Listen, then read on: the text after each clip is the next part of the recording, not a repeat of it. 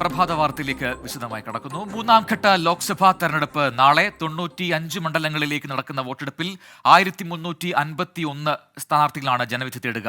കേന്ദ്ര ആഭ്യന്തരമന്ത്രി അമിത്ഷാ, കേന്ദ്രമന്ത്രി ജ്യോതിരാദിത്യ സിന്ധ്യ, പ്രഹ്ലാദ് ജോഷി, ശിവരാജ് സിംഗ് ചൌഹാൻ, ഡിംപിൾ യാദവ്, സുപ്രിയ സൂലെ തുടങ്ങിയവരാണ് മത്സരരംഗത്തെ പ്രമുഖർ. ആർ രാധാകൃഷ്ണൻ നൽകും കൂടുതൽ വിവരങ്ങൾ.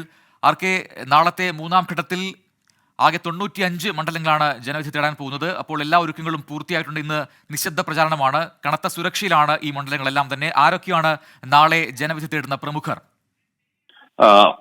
കേന്ദ്ര ആഭ്യന്തരമന്ത്രി അമിത്ഷാ അടക്കമുള്ള പ്രമുഖർ നാളെ ജനവിധി തേടുന്ന പട്ടികയിലുണ്ട്.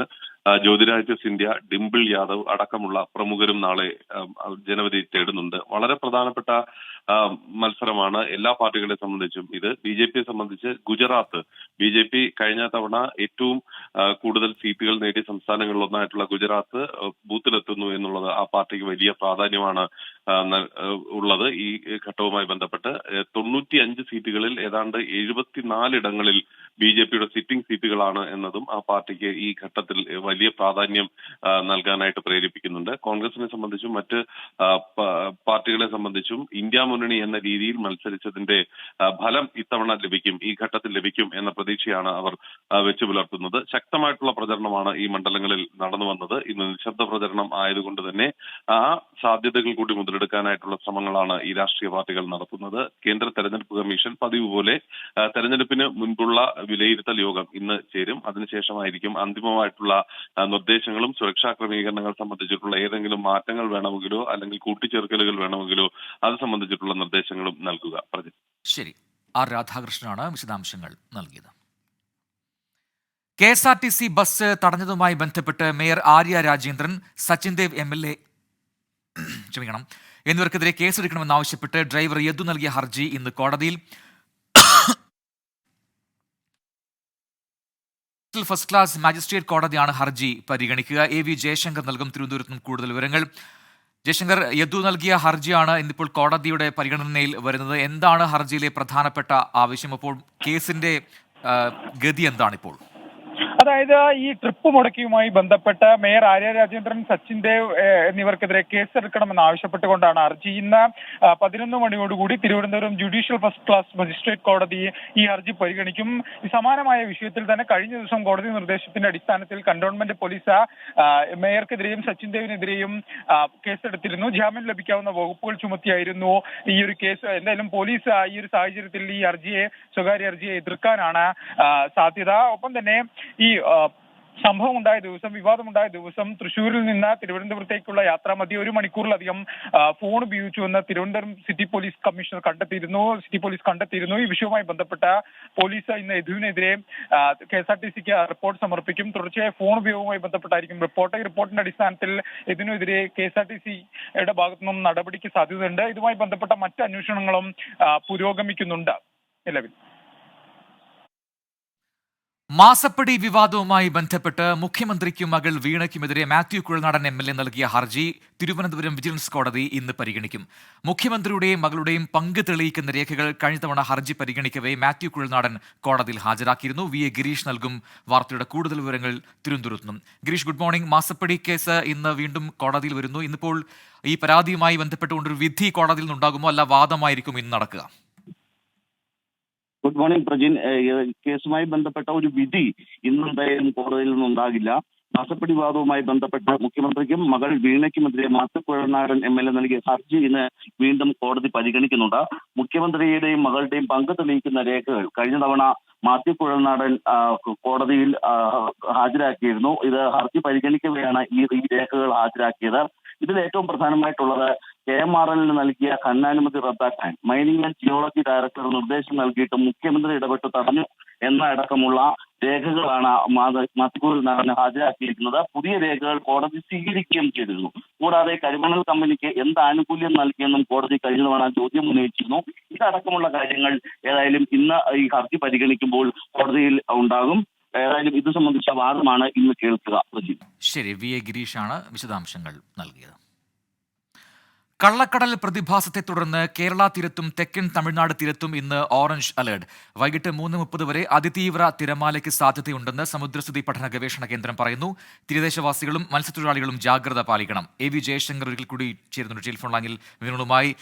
ജയശങ്കർ, ഇന്നും തീരത്ത് ജാഗ്രതാ നിർദ്ദേശം നൽകിയിട്ടുണ്ട്. ഈ കള്ളക്കടൽ പ്രതിഭാസം തുടരുകയാണല്ലോ തീരപ്രദേശങ്ങൾ. എന്താണ് ഇന്നത്തെ സാധ്യതകൾ?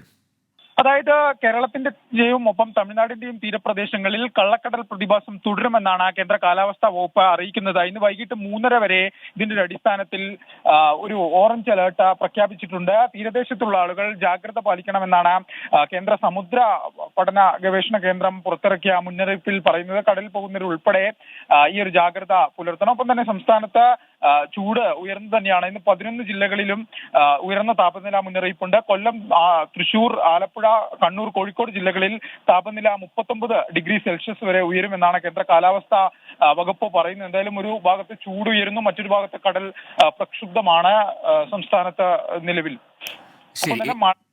AV ജയശങ്കറാണ് വിശദാംശങ്ങൾ നൽകിയത്. സംസ്ഥാനത്തെ വൈദ്യുതി സാഹചര്യം KCB ഇന്ന് വിലയിരുത്തും. കഴിഞ്ഞ 2 ദിവസമായി ഏർപ്പെടുത്തിയ പ്രാദേശിക നിയന്ത്രണങ്ങൾ ഫലപ്രദമായോ എന്നാണ് വിലയിരുത്തുക. പീക്ക് സമയത്ത് വൈദ്യുതി ആവശ്യകതയിൽ കുറവ് വരാത്തത് ബോർഡിനെ ആശങ്കപ്പെടുത്തുന്നുണ്ട്. രാത്രി 10 മണിക്ക് ശേഷം വൈദ്യുതി ഉപഭോഗത്തിൽ കുത്തനെ വർധനവാണ് ഉണ്ടായിരിക്കുന്നത്. പ്രാദേശിക തലങ്ങളിൽ രാത്രികാലങ്ങളിൽ വ്യവസായ സ്ഥാപനങ്ങൾ പ്രവർത്തിക്കുന്നത് നിർത്തിവെക്കാൻ ഡെപ്യൂട്ടി ചീഫ് എഞ്ചിനീയർമാരുടെ നേതൃത്വത്തിൽ നടപടിയെടുക്കും. ഇതിനായി വ്യവസായികളുടെ യോഗവും വിളിച്ചു ചേർക്കും. മദ്യനയ അഴിമതി കേസിൽ BRS നേതാവ് K കവിതയുടെ ജാമ്യ ഹർജിയിൽ വിധി ഇന്ന്. റൌസ് അവന്യൂ കോടതിയാണ് ഹർജി പരിഗണിക്കുക. R രാധാകൃഷ്ണൻ ഒരിക്കൽ കൂടി ചേർന്നു വിവരങ്ങളുമായി. ആർക്കെ വിശദാംശങ്ങൾ? റൌസ് അവന്യൂ കോടതി ഇന്ന് ഈ മദ്യനയ അഴിമതി കേസിൽ CBI രജിസ്റ്റർ ചെയ്ത കേസിലെ ജാമ്യ ഹർജിയിലാണ് വിധി പറയുക. കഴിഞ്ഞ തവണ കേസ് പരിഗണിച്ചപ്പോൾ വിധി പറയുന്നത് മാറ്റിവെക്കുകയായിരുന്നു. K കവിതയെ സംബന്ധിച്ച് നിർണായകമാണ് ഈ കോടതിയുടെ വിധി. ഇന്ന് കവിതയ്ക്ക് ജാമ്യം ലഭിക്കാത്ത ഒരു സാഹചര്യം ഉണ്ടായാൽ അവർക്ക് ഈ ജയിലിൽ തുടർന്ന് കൂടുതൽ നാൾ കഴിയേണ്ട ഒരു അവസ്ഥയിലേക്ക് കാര്യങ്ങൾ എത്തും. കവിത ആരോഗ്യപരമായിട്ടുള്ള കാരണങ്ങൾ ഉൾപ്പെടെയുള്ള നിരവധി കാര്യങ്ങളാണ് ഈ ജാമ്യ ഹർജിയിൽ ചൂണ്ടിക്കാട്ടുന്നത്. കവിതയ്ക്ക് ഈ ജാമ്യം നൽകുന്നതുമായി ബന്ധപ്പെട്ട് ശക്തമായിട്ടുള്ള എതിർപ്പാണ് CBI കോടതിയെ അറിയിച്ചിരിക്കുന്നത്. നേരിട്ട് കവിതയ്ക്ക് ഈ കേസിൽ ബന്ധമുണ്ട്, കവിതയ്ക്ക് ജാമ്യം നൽകിയാൽ തെളിവ് നശിപ്പിക്കുന്ന അടക്കമുള്ള കാര്യങ്ങൾക്ക് കാരണമാകും എന്നുള്ളതാണ് CBI ഉന്നയിച്ചിരിക്കുന്ന വാദം. ഇതിന്റെ അടിസ്ഥാനത്തിലായിരിക്കും ഇന്ന് കോടതി ഈ ജാമ്യ ഹർജി തീർപ്പാക്കുക. ശരി, R രാധാകൃഷ്ണനാണ് വിവരങ്ങൾ നൽകിയത്. മറ്റൊരു വാർത്തയിലേക്ക്. ഡ്രൈവിംഗ് ടെസ്റ്റ് പരിഷ്കരണ സർക്കുലർ പുതുക്കിയിറക്കിയതിന് പിന്നാലെ ഇന്ന് സംസ്ഥാനത്ത് ടെസ്റ്റുകൾ നടത്താൻ മോട്ടോർ വാഹന വകുപ്പ്. പരിഷ്കരണത്തിന് ഇളവുകൾ അനുവദിച്ചതോടെ ടെസ്റ്റ് ബഹിഷ്കരണത്തിൽ നിന്ന് CITU താൽക്കാലികമായി പിന്മാറിയിരുന്നു. CITU ഇന്ന് ഡ്രൈവിംഗ് ടെസ്റ്റിൽ സഹകരിക്കും.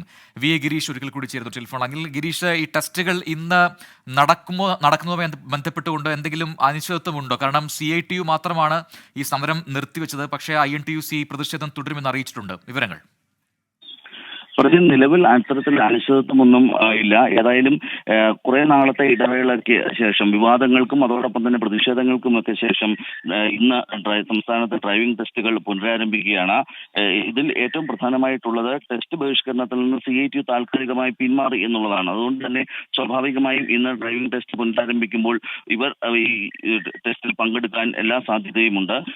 CITU ഇന്ന് ഡ്രൈവിംഗ് ടെസ്റ്റിൽ സഹകരിക്കുമെന്ന് അറിയിച്ചിട്ടുണ്ട്. എന്നാൽ അതേസമയം സർക്കുലർ പിൻവലിക്കും വരെ പ്രതിഷേധം തുടരാനാണ് INTUCയുടെ തീരുമാനം. ടെസ്റ്റുകൾ ഇന്നും ബഹിഷ്കരിക്കാൻ INTUC തീരുമാനിച്ചിട്ടുണ്ട്.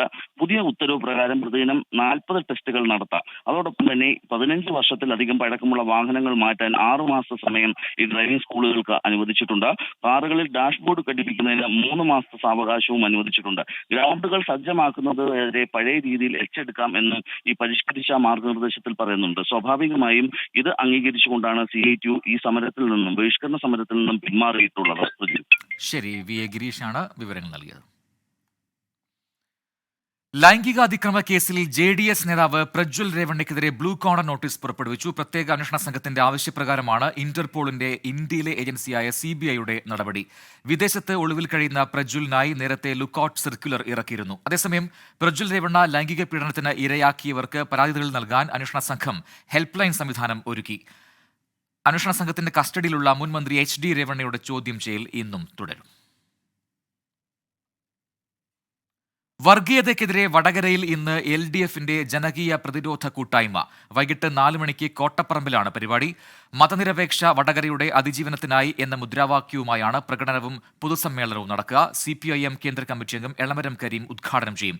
ഈ മാസം 11-ന് UDFും വർഗീയതയ്ക്കെതിരെ ബഹുജന സംഗമം വടകരയിൽ സംഘടിപ്പിക്കുന്നുണ്ട്. മലപ്പുറം താനൂരിൽ മഹാരാഷ്ട്ര സ്വദേശിയായ യുവാവിനെ ആക്രമിച്ച് 1.75 കോടി രൂപയുടെ സ്വർണം കവർന്ന കേസിൽ പ്രതികളുടെ അറസ്റ്റ് ഇന്ന് രേഖപ്പെടുത്തും. താനൂർ സ്വദേശി ഉൾപ്പെടെ 5 പേരെയാണ് പോലീസ് കസ്റ്റഡിയിലെടുത്തത്. ഇവരെ ചോദ്യം ചെയ്തു വരികയാണ്. മഹാരാഷ്ട്ര സ്വദേശിയെക്കുറിച്ച് ഇവർക്ക് എങ്ങനെയാണ് വിവരം ലഭിച്ചതെന്നാണ് പോലീസ് അന്വേഷിക്കുന്നത്. മറ്റാരുടെയെങ്കിലും സഹായം ലഭിച്ചോ എന്നും പോലീസ് പരിശോധിക്കുന്നുണ്ട്. മറ്റാർക്കെങ്കിലും പങ്കുണ്ടെങ്കിൽ രക്ഷപ്പെടാതിരിക്കാനാണ് പ്രതികളുടെ പേര് വിവരങ്ങൾ പോലീസ് ഇപ്പോഴും രഹസ്യമായി സൂക്ഷിക്കുന്നത്. ജമ്മുകശ്മീരിലെ പൂഞ്ച് ഭീകരാക്രമണത്തിന് മറുപടി നൽകാനൊരുങ്ങി സൈന്യം. വാഹനവ്യൂഹത്തിനു നേരെ വെടിവയ്പുണ്ടായ ഷാസിത്താറിന് സമീപത്തുള്ള വനമേഖലയിൽ തെരച്ചിൽ നടത്താൻ കൂടുതൽ സംഘത്തെ നിയോഗിച്ചു. ആക്രമണം നടത്തിയ ഭീകരർ പ്രദേശത്തെക്കുറിച്ച് ധാരണയുള്ളവരാണ് എന്ന് സൈനിക വൃത്തങ്ങൾ അറിയിച്ചു. ആർ രാധാകൃഷ്ണൻ നൽകും കൂടുതൽ വിവരങ്ങൾ. ആർക്കെ ഈ മേഖല അത് നേരത്തെ സൈന്യത്തിന്റെ പരിധിയിലുള്ള മേഖലയാണോ? അവിടെ എന്താണ്, ഏത് രീതിയിലാണ് ഇപ്പോൾ ഈ തെരച്ചിലൊക്കെ പുരോഗമിക്കുന്നത്? അപ്പോൾ ഈ ആക്രമണത്തെക്കുറിച്ചുള്ള കൂടുതൽ വിവരങ്ങൾ അത് സൈന്യത്തിന് ലഭിച്ചിട്ടുണ്ടോ? തീർച്ചയായിട്ടും ഉണ്ട് പ്രജിൻ. ഈ 6 പേരെ ഇന്നലെ കസ്റ്റഡിയിൽ എടുത്തിരുന്നു. അവരെ ചോദ്യം ചെയ്തപ്പോഴാണ് ഈ പ്രാദേശികമായിട്ടുള്ള സഹായം ഈ ഭീകരർക്ക് ലഭിച്ചു എന്ന വിവരം സേനയ്ക്ക് ലഭിക്കുന്നത്. സംയുക്ത സേനയാണ് ഈ തെരച്ചിൽ അടക്കമുള്ളത് നടത്തുന്നത്. ഈ അന്വേഷണം NIA ഏറ്റെടുക്കുന്നതിന്റെ നടപടിക്രമങ്ങളും പൂർത്തിയായിട്ടുണ്ട്. ഈ ഉൾവനത്തിനുള്ളിൽ തെരച്ചിൽ നടത്തുന്ന ഏറ്റവും സങ്കീർണമായിട്ടുള്ള നടപടികളിലാണ് ഇപ്പോൾ സേന ഉള്ളത്. ഭീകരർ ഈ വനത്തിനുള്ളിൽ തന്നെ ഉണ്ട് എന്ന നിഗമനത്തിന്റെ അടിസ്ഥാനത്തിലാണ് തെരച്ചിൽ ഉള്ളത്. വ്യോമമാർഗം ഉള്ള തെരച്ചിലും ഹെലികോപ്റ്റർ ഉപയോഗിച്ചുകൊണ്ടുള്ള തെരച്ചിലും ഇന്നലെ മുതൽ ആരംഭിച്ചിട്ടുണ്ട്. ഏതായാലും ഈ ഭീകരരെ കണ്ടെത്താൻ സാധിക്കും എന്ന ഏറ്റവും വേഗത്തിൽ തന്നെ കണ്ടെത്താൻ സാധിക്കുമെന്ന നിഗമനത്തിലാണ് ഉള്ളത്. ശക്തമായിട്ടുള്ള തിരിച്ചടി ഈ വിഷയത്തിൽ നൽകും എന്ന് ഇന്നലെ തന്നെ സേന വ്യക്തമാക്കിയിട്ടുണ്ട്. ഈ മേഖലയിൽ 3ാമത്തെ ആക്രമണമാണ് ഇപ്പോൾ കഴിഞ്ഞ ഒരു വർഷത്തിനിടെ ഉണ്ടാകുന്നത്. വളരെ വലിയ രീതിയിൽ സേനയെ സംബന്ധിച്ച് ഈ ഒരു ആക്രമണം ഒരു സൈനികന്റെ വീരമൃത്യുവിനടക്കം കാരണമാകുന്ന ഒരു അവസ്ഥ ഉണ്ടായിരുന്നു. ഏതായാലും ഈ തെരച്ചിൽ ഇപ്പോഴും പുരോഗമിക്കുകയാണ്. കൂടുതൽ ആളുകളെ ചോദ്യം ചെയ്യുന്നത് ഇന്നടക്കമുള്ള ദിവസങ്ങളിൽ തുടരാനാണ് അന്വേഷണ സംഘത്തിന്റെയും തീരുമാനം. ശരി, ആർ രാധാകൃഷ്ണനാണ് വിവരങ്ങൾ നൽകിയത്. ഗസയിൽ വെടിനിർത്തലിൽ ധാരണയായില്ല. ഹമാസിന്റെ പ്രധാന ആവശ്യങ്ങൾ ഇസ്രായേൽ തള്ളി. ചർച്ചകൾക്ക് മധ്യസ്ഥത വഹിച്ച CIA മേധാവി വില്യം ബേൺസ് ഇന്ന് ഇസ്രായേൽ പ്രധാനമന്ത്രി ബെഞ്ചമിൻ നെതന്യാഹുവിനെ കണ്ട് സ്ഥിതിഗതികൾ വിലയിരുത്തും. മധു കൊട്ടാരക്കര നൽകും ന്യൂജേഴ്സിയിൽ നിന്നും ഏറ്റവും പുതിയ വിവരങ്ങൾ. മധു, ഗുഡ് മോർണിംഗ്. ഈ സമാധാനം വീണ്ടും നീണ്ടുപോകുന്നു പശ്ചിമേഷ്യയിൽ എന്നാണോ മനസ്സിലാക്കേണ്ടത്? എന്താണ് ഈ ചർച്ചകൾ അത് ഫലം കാണാതെ പോകാനുള്ള കാരണം? ഒപ്പം ഈ ഏത് കണ്ടീഷൻസ് ആണ് ഇസ്രായേലിന് അംഗീകരിക്കാൻ കഴിയാതെ പോയത്? മോർണിംഗ് പ്രജിൻ. അതേ, ഗസയിലെ വെടിനിർത്തലിനായിട്ടുള്ള ഈ ചർച്ചകൾ വീണ്ടും പരാജയപ്പെട്ടിരിക്കുകയാണ്. അമേരിക്കയാണ് ഇതിന് മുൻകൈ എടുത്തത്. അമേരിക്ക അതിനായി CIA ചീഫ് വില്യം ബേൺസിനെ ഈജിപ്തിലെ കെയ്റോയിലേക്ക് അയക്കുകയും ചെയ്തിരുന്നു. ഹമാസും ഇസ്രയേലും വിട്ടുവീഴ്ചകൾക്ക് തയ്യാറായില്ല എന്ന് വേണം നമുക്ക് പറയുവാൻ. ഇസ്രയേല് അവരുടെ സംഘത്തെ ഈ ചർച്ചകൾക്ക് അയച്ചില്ലായിരുന്നു. ഹമാസിന്റെ പ്രധാന ആവശ്യങ്ങളെല്ലാം ഇസ്രയേൽ തള്ളിക്കളഞ്ഞിരിക്കുകയായിരുന്നു. ഈ ചർച്ചകൾക്ക് ഇതിന്റെ തുടക്കത്തിൽ ഒരു പുരോഗതി ഉണ്ടായിരുന്നു. എന്നാൽ ഒരു കാരണവശാലും യുദ്ധം നിർത്തില്ല എന്ന് ഇസ്രായേൽ പ്രധാനമന്ത്രി ബെഞ്ചമിൻ നെതന്യാഹു ഒരു നിലപാടെടുത്തതോടുകൂടിയാണ് തീരുമാനമാകാതെ പിരിയേണ്ടി വന്നത്. ഗസയിൽ കഴിഞ്ഞ ദിവസം മാനുഷിക സഹായം എത്തിക്കുന്ന ഇസ്രായേലിന്റെ ഒരു പ്രധാന ക്രോസിംഗ് പോയിന്റിൽ ഹമാസ് നടത്തിയ ഒരു ആക്രമണത്തിൽ 3 ഇസ്രായേൽ സൈനികർ കൊല്ലപ്പെട്ടിരുന്നു. ഇതിനുശേഷം അവർ ആക്രമണം കൂടുതൽ വ്യാപിപ്പിക്കുമെന്നൊരു ഭീഷണി ഉയർത്തിയിരുന്നതായി Israel defence minister Yoav Gallant പറഞ്ഞിരുന്നു. അതുകൊണ്ട് തന്നെ ഈ ചർച്ചകൾക്ക് ഹമാസ് ആത്മാർത്ഥതയോടെ അല്ല വന്നിരുന്നതെന്നാണ് യോവ് ഗാലന്റ് ഇപ്പോൾ പറയുന്നത്. ഈ റഫേലേക്ക് യുദ്ധം വ്യാപിക്കുവാൻ ഗസ അതിർത്തിയിൽ അണിനിരന്നിരിക്കുന്ന സൈനികരെ ഹമാസ് ലക്ഷ്യം വെക്കുന്നുവെന്നും ഇസ്രായേൽ ആരോപിക്കുന്നുമുണ്ട്. പ്രജിൻ. ശരി, മധു കൊട്ടാരക്കരയാണ് വിവരങ്ങൾ നൽകിയത്. ജോലി സമ്മർദ്ദം മൂലം ആത്മഹത്യ ചെയ്ത ബേഡകം സ്റ്റേഷനിലെ ASI വിജയന്റെ മൃതദേഹം ഇന്ന് സംസ്കരിക്കും. കാഞ്ഞങ്ങാട് പോലീസ് സ്റ്റേഷനിലും ബേഡകം പോലീസ് സ്റ്റേഷനിലും പൊതുദർശനം വച്ച ശേഷം മൃതദേഹം ബന്ധുക്കൾക്ക് വിട്ടു നൽകും. വിജയന്റെ ആത്മഹത്യയ്ക്ക് പിന്നിൽ ഭരണരാഷ്ട്രീയ സമ്മർദ്ദമുണ്ടെന്ന ആരോപണത്തിൽ ഉറച്ചു നിൽക്കുകയാണ് പ്രതിപക്ഷം. വിജയന് മാനസിക സമ്മർദ്ദം ഉണ്ടായെന്നും പിന്നിൽ പ്രവർത്തിച്ചവർക്കെതിരെ ശക്തമായ നടപടി വേണമെന്ന ആവശ്യവും സേനയ്ക്കുള്ളിൽ ശക്തമാണ്. പ്രതിപക്ഷ ആരോപണം ശക്തമായതോടെ CPIM ബേഡകത്ത് ഇന്ന് രാഷ്ട്രീയ വിശദീകരണ യോഗവും നടത്തും. സംസ്ഥാനത്തെ മനുഷ്യ വന്യജീവി സംഘർഷങ്ങൾ ലഘൂകരിക്കുന്നതിനായി രൂപീകരിച്ച വിദഗ്ധ സമിതിയുടെ പ്രഥമ യോഗം ഇന്ന്. ഓൺലൈനായി ചേരുന്ന യോഗം വനമന്ത്രി AK ശശീന്ദ്രൻ ഉദ്ഘാടനം ചെയ്യും. Chief secretary doctor V Venu മുഖ്യപ്രഭാഷണം നടത്തുന്ന യോഗത്തിൽ വനംവകുപ്പ് മേധാവി ഗംഗാ സിംഗ് വിഷയാവതരണം നടത്തും. സമിതി അംഗങ്ങൾ ഉൾപ്പെടെയുള്ളവർ യോഗത്തിൽ പങ്കെടുക്കും. മനുഷ്യ വന്യജീവി സംഘർഷം പ്രതിരോധിക്കുന്നതിനുള്ള പരിഹാര പ്രവർത്തനങ്ങളാണ് യോഗത്തിന്റെ പ്രധാന അജണ്ട. തിരുവനന്തപുരം പെരുമ്പഴുതൂർ സഹകരണ ബാങ്കിലെ സാമ്പത്തിക പ്രതിസന്ധി രാഷ്ട്രീയ പ്രചാരണ ആയുധമാക്കാൻ CPIM. കരുവന്നൂർ കണ്ടല സഹകരണ ബാങ്കുകളിലെ സമരങ്ങൾക്ക് ബദലായി കോൺഗ്രസ് ഭരിക്കുന്ന പെരുമ്പഴുതൂർ ബാങ്കിനെതിരെ സമരം ഉയർത്തിക്കൊണ്ടുവരാനാണ് നീക്കം. ഇതിന്റെ ഭാഗമായി നിക്ഷേപകരുടെ സംഗമം വിളിച്ചു ചേർക്കാൻ തീരുമാനിച്ചു. നിലവിൽ പെരുമ്പഴുതൂർ സഹകരണ ബാങ്കിൽ 18 കോടി രൂപയിലേറെയാണ് നിക്ഷേപകർക്ക് നൽകാനുള്ളത്. ബാങ്കിൽ പണം നിക്ഷേപിച്ചവരെക്കുറിച്ചുള്ള വിവരങ്ങൾ CPIM പ്രാദേശിക ഘടകങ്ങൾ ശേഖരിക്കുകയാണ്. ഇതിനുശേഷം നിക്ഷേപകരുടെ സംഗമം വിളിച്ചു ചേർക്കാനാണ് തീരുമാനം. കണ്ടല കരുവന്നൂർ സഹകരണ ബാങ്കുകളിലെ പ്രതിസന്ധിയെ UDFും BJPയും രാഷ്ട്രീയ പ്രചാരണത്തിനായി ഉപയോഗിച്ചതിലൂടെ LDF പ്രതിരോധത്തിലായിരുന്നു. ഇതിന് ബദലായി കോൺഗ്രസ് ഭരിക്കുന്ന പെരുമ്പഴുതൂർ ബാങ്കിനെതിരെ സമരം ശക്തമാക്കി തിരിച്ചടിക്കാനാണ് നീക്കം. അവരുടെ FD, അവർ ഫിക്സഡ് ഡിപ്പോസിറ്റ് ചെയ്ത ഡിപ്പോസിറ്റുകൾ അതിൻ്റെ കാലാവധി കഴിഞ്ഞിട്ട് ആവശ്യപ്പെട്ടിട്ട് 6 മാസം കഴിഞ്ഞിട്ടും കാശ് കിട്ടുന്നില്ല എന്നുള്ള പരാതികൾ വ്യാപകമായി തന്നെ നമ്മുടെ ഓഫീസിൽ തന്നെ പലരും വന്ന് നമ്മളുമായി ബന്ധപ്പെട്ട് സംസാരിക്കുകയുണ്ടായി.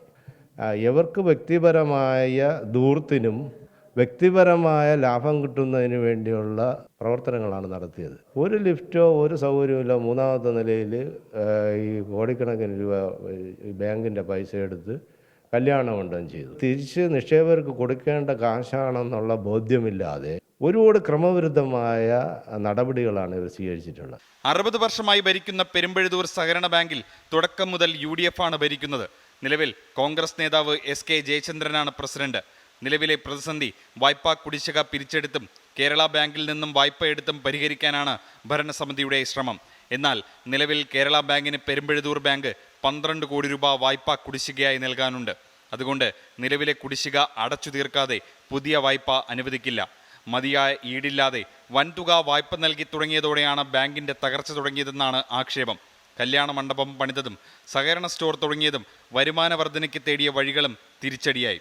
കൃത്യമായ ഓഡിറ്റിംഗ് പോലും ഇല്ലാതെയാണ് കാര്യങ്ങളെന്ന് അധികൃതർ തന്നെ സമ്മതിക്കുന്നുണ്ട്. അനധികൃത വായ്പകൾ തിരിച്ചുപിടിക്കാൻ അടിയന്തര നടപടി വേണമെന്നാണ് നിക്ഷേപകരുടെ ആവശ്യം. അതിനിടെ ഭരണസമിതിക്കെതിരെ കർശന നടപടിയെടുക്കാൻ സഹകരണ വകുപ്പും നീക്കം തുടങ്ങി. ബാങ്ക് ഭരണം അഡ്മിനിസ്ട്രേറ്റീവ് കമ്മിറ്റിക്ക് കീഴിലാക്കാനാണ് നീക്കം. തിരുവനന്തപുരത്ത് നിന്നും അജീഷ് ജയകുമാർ, 24. കോഴിക്കോട് മുക്കത്ത് 2 വ്യത്യസ്ത വാഹനാപകടങ്ങളിലായി 5 പേർക്ക് പരിക്ക്. മുക്കം പോലീസ് സ്റ്റേഷന് മുൻപിൽ ബൈക്കുകൾ തമ്മിൽ കൂട്ടിയിടിച്ച് 3 പേർക്കാണ് പരിക്കേറ്റത്. ഇതിൽ ഒരാളുടെ നില ഗുരുതരമാണ്. ഇന്നലെ രാത്രി 11 മണിയോടെയാണ് അപകടമുണ്ടായത്. മുക്കം പോലീസാണ് ഇവരെ ആശുപത്രിയിൽ എത്തിച്ചത്. മുക്കം അഭിലാഷ് ജംഗ്ഷനിലുണ്ടായ അപകടത്തിൽ 2 പേർക്ക് പരിക്കേറ്റു. ടൂറിസ്റ്റ് ബസും സ്കൂട്ടറും കൂട്ടിയിടിക്കുകയായിരുന്നു. തമിഴ്നാട് പൊള്ളാച്ചി സ്വദേശികൾ സഞ്ചരിച്ച ബസ്സാണ് സ്കൂട്ടറിൽ ഇടിച്ചത്. ഇംഗ്ലീഷ് പ്രീമിയർ ലീഗിൽ മാഞ്ചസ്റ്റർ യുണൈറ്റഡിന് ഇന്ന് മത്സരം. രാത്രി 12:30 നടക്കുന്ന എവേ മത്സരത്തിൽ ക്രിസ്റ്റൽ പാലസ് ആണ് എതിരാളികൾ. 54 പോയിന്റുമായി 8ാം സ്ഥാനത്തുള്ള യുണൈറ്റഡ് യൂറോപ്പ ലീഗിലെങ്കിലും യോഗ്യത നേടാനുള്ള ശ്രമത്തിലാണ്. അവസാന 5 മത്സരങ്ങളിൽ 1-ൽ മാത്രമാണ് യുണൈറ്റഡ് ജയിച്ചത്. ഹിമാചൽ പ്രദേശിൽ പ്രചാരണം ചൂടുപിടിക്കുമ്പോൾ ട്രോളുകളിൽ നിറയുകയാണ് മണ്ഡിയിലെ BJP സ്ഥാനാർത്ഥിയും നടിയുമായ കങ്കണ റണൌട്ട്. ആളുമാറി സ്വന്തം പാർട്ടി നേതാവിനെ വിമർശിച്ചതിലൂടെയാണ് കങ്കണ ഏറ്റവും ഒടുവിൽ ട്രോളുകളിൽ നിറയുന്നത്. മണ്ഡിയിൽ സ്ഥാനാർത്ഥിയായി എത്തിയതു മുതൽ കുടുംബരാഷ്ട്രീയം ആയുധമാക്കി രാഹുൽ ഗാന്ധിയെയും തന്റെ എതിർ സ്ഥാനാർത്ഥിയായ വിക്രമാദിത്യ സിംഗിനെയും കടന്നാക്രമിക്കുകയാണ് കങ്കണ റണൌട്ട്. മണ്ഡിയിലെ പ്രചാരണ യോഗത്തിൽ പതിവ് ശൈലിയിൽ കങ്കണ കത്തിക്കേറിയതാണ് ഇപ്പോൾ വിനയായത്. ദുഷിച്ച രാജകുമാരന്മാരുടെ ഒരു പാർട്ടിയുണ്ട്. ചന്ദ്രനിൽ ഉരുളക്കിഴങ്ങ് വളർത്താൻ ആഗ്രഹിക്കുന്ന രാഹുൽ ഗാന്ധി ആയാലും മീൻ തിന്നുന്ന തേജസ്വി സൂര്യ ആയാലും इनको खुद नहीं पता ये कहां आ रहे हैं और कहां जा रहे हैं. इस तरह की एक बिगड़े हुए शहजादों की एक पार्टी है. चाहे वो राहुल गांधी हो जाए, चाहे जिनको चांद पे आलू उगाने हो, या तेजस्वी सूर्या हो जाए जो अपनी गुंडागर्दी करते हैं, मछली उछाल के खाते हैं. RJD നേതാവ് തേജസ്വി യാദവിനെയാണ് ഉദ്ദേശിച്ചതെങ്കിലും പറഞ്ഞു വന്നപ്പോൾ സ്വന്തം പാർട്ടിയുടെ ബാംഗ്ലൂരു സൗത്തിലെ സ്ഥാനാർത്ഥി തേജസ്വി സൂര്യയുടെ പേരായി. ഏതാണ് ഈ സ്ത്രീ എന്ന തലക്കെട്ടോടെ തേജസ്വി യാദവ് തന്നെ ഈ വീഡിയോ പങ്കുവച്ചതോടെ ട്രോളന്മാർക്ക് ചാകര. ഇതുകൊണ്ട് തീർന്നില്ല. അമിതാഭ് ബച്ചനുമായും താരതമ്യം ചെയ്ത് നടത്തിയ മറ്റൊരു പ്രസംഗവും ഓൺലൈനിൽ വൈറലാണ്. सारा देश हैरान है कि वो बेटी, वो कंगना, चाहे मैं राजस्थान चली जाऊं, चाहे मैं बंगाल चली जाऊं, चाहे मैं दिल्ली चली जाऊं, चाहे मैं मणिपुर चली जाऊं, ऐसा लगता है कि जैसे मानो इतना प्यार, इतना सम्मान शायद मैं दावे से कह सकती हूँ, अगर अमिताभ बच्चन जी के बाद आज किसी को इंडस्ट्री में मिलता है तो वो मुझे मिलता है. ജൂൺ 1 മണ്ടിയിൽ തെരഞ്ഞെടുപ്പ് പൂർത്തിയാകും വരെ ഇനി എന്തൊക്കെ കേൾക്കേണ്ടി വരുമെന്നാണ് ഓൺലൈനിലെ സംസാരം. 24 Delhi. Kerala expat football association സംഘടിപ്പിക്കുന്ന ഡിസ്ട്രിക്ട് ലീഗ് ഫുട്ബോൾ ഫൈനലിനായി കാത്ത് ആരാധകർ. ജെഎൻ യൂണിവേഴ്സിറ്റി സ്റ്റേഡിയത്തിലാണ് മത്സരങ്ങൾ നടക്കുന്നത്.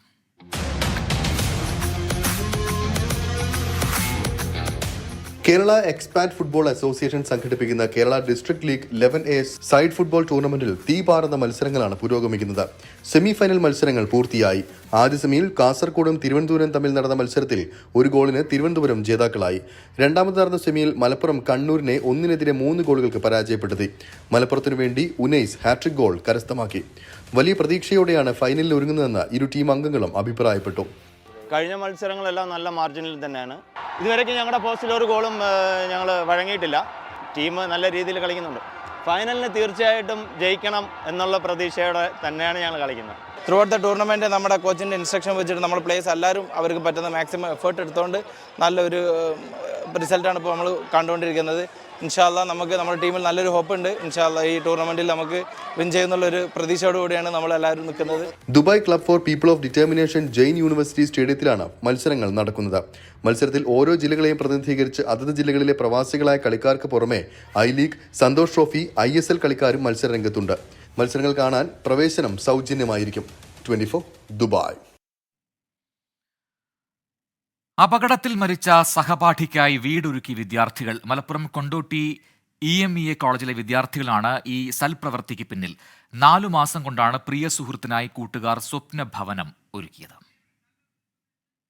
6 മാസം മുമ്പാണ് കൊണ്ടോട്ടി EMEA കോളേജിലെ വിദ്യാർത്ഥികളായ അസ്ലം, അർഷാദ് എന്നിവർ വാഹനാപകടത്തിൽ മരിച്ചത്. അസ്ലമിനെ അവസാനമായി ഒരു നോക്ക് കാണാനായി വീട്ടിലെത്തിയപ്പോഴാണ് വീടിന്റെ ദയനീയാവസ്ഥ സഹപാഠികൾക്ക് ബോധ്യമായത്. തന്റെ വീടിനെക്കുറിച്ച് ഒരാളോടും അസ്ലം ഒരു സങ്കടവും പറഞ്ഞിരുന്നില്ല. പ്രിയ സഹപാഠിയുടെ വിയോഗം നീറുന്ന ഓർമ്മയായി തുടരുമ്പോഴും അടച്ചുറപ്പുള്ള അവന്റെ വീടെന്ന സ്വപ്നം മാനേജ്മെന്റും സുഹൃത്തുക്കളും ചേർന്ന് യാഥാർത്ഥ്യമാക്കി. 7 ദിവസം കൊണ്ട് തന്നെ ഈ വീടിനുള്ള ഫണ്ട് കണ്ടെത്തുകയും 3 മാസം കൊണ്ട് പണി പൂർത്തീകരിച്ച് ആ ഫാമിലിക്ക് ഇപ്പോൾ വീട് കൈമാറിയിരിക്കുകയാണ്. വളരെയധികം വിദ്യാർത്ഥികളെല്ലാം നല്ല രീതിയിൽ സഹകരിച്ചിട്ടുണ്ട്. വിദ്യാർത്ഥികളുടെയും സ്റ്റാഫിൻ്റെയും മാനേജ്മെൻറ്റിൻ്റെയും പൂർണ്ണ പിന്തുണയോടുകൂടിയാണ് ഈ കാര്യം നിർവഹിച്ചിട്ടുള്ളത്. സഹപാഠിയുടെ സ്വപ്നം പൂർത്തീകരിച്ചെങ്കിലും പുതിയ വീട്ടിൽ അവനില്ല എന്നത് ചടങ്ങിൽ കൂടിയവരുടെ കണ്ണു നിറച്ചു.